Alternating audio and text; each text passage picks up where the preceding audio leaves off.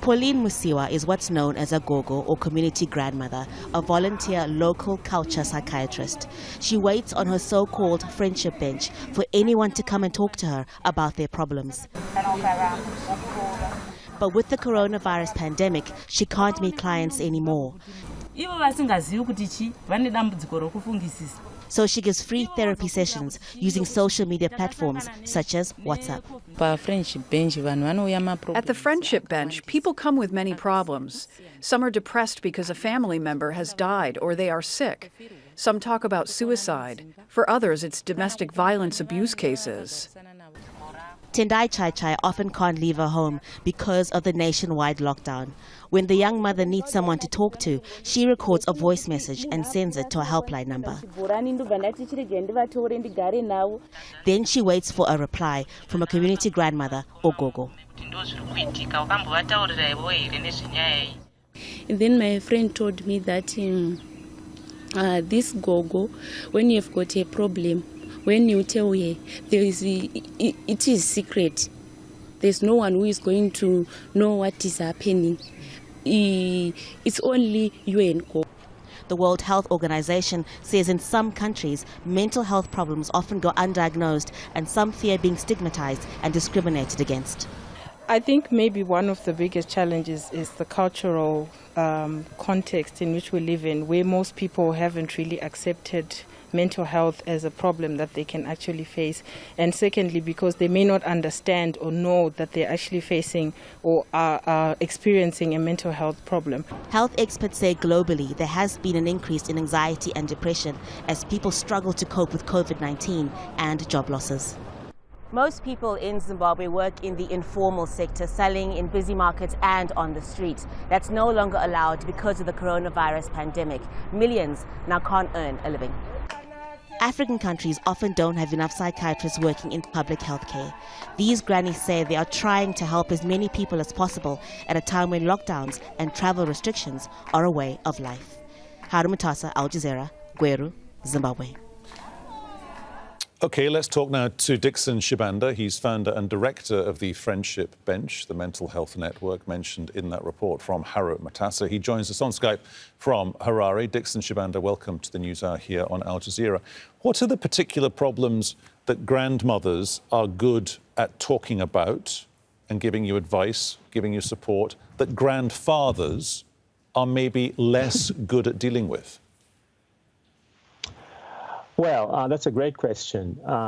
So in this current environment of COVID, the most conspicuous challenges that we are having to deal with, or that the grandmothers are having to deal with, is actually intimate partner violence, the whole crisis around, being isolated, physically and socially. And it's not so much that grandfathers can't manage these challenges.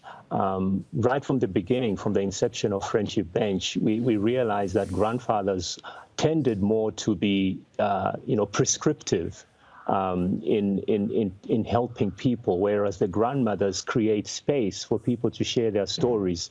And this is what Friendship Bench is really all about, and that's why grandmothers tend to do most of the work. OK, and when you talk, Dixon, about sharing something in that space, is that the key thing? It's not that the people who go to the grandmothers want retribution. They don't want somebody sanctioned or arrested by the police if we're talking about domestic violence. They just need to say it out loud. I've got this situation and I've got a good guess that maybe the grandmother they're talking to has been through something not dissimilar in the past. Yes, so in essence, they need to be empowered. And of course, in some cases, we do get the police involved. In Zimbabwe, we have a domestic violence bill. So actually, intimate partner violence or domestic violence is illegal in this country. And so the grandmothers can use that instrument as well through the police stations.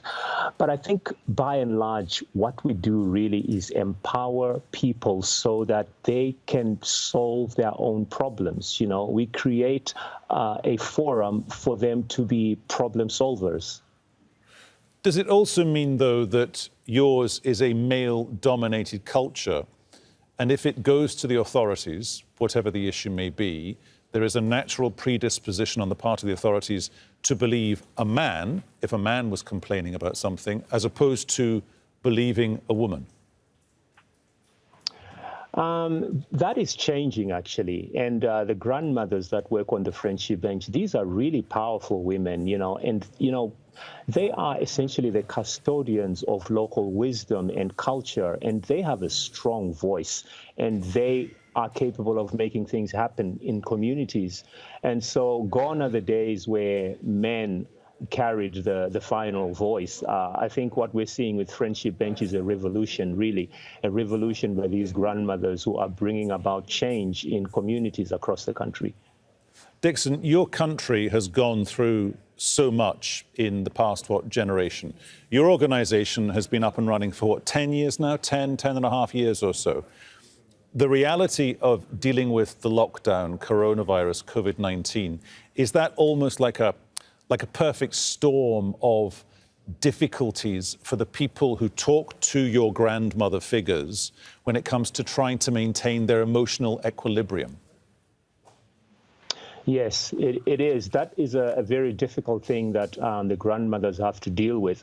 But actually, the Friendship Bench has gone through quite a number of crises in Zimbabwe. The very first crisis that resulted in the formation of the Friendship Bench was what was called Operation Murambatsvina, a cleanup campaign which left hundreds of thousands homeless and psychologically and emotionally affected.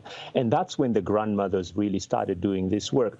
And so they are very experienced in dealing with trauma. I often talk about the 4 generations of trauma that Zimbabweans face, and these grandmothers are handling those 4 different generations of trauma that the country is facing still and trying to deal with. OK, we must leave it there. Dixon Shibanda, great to talk to you. Thank you so much for coming on. Thank you.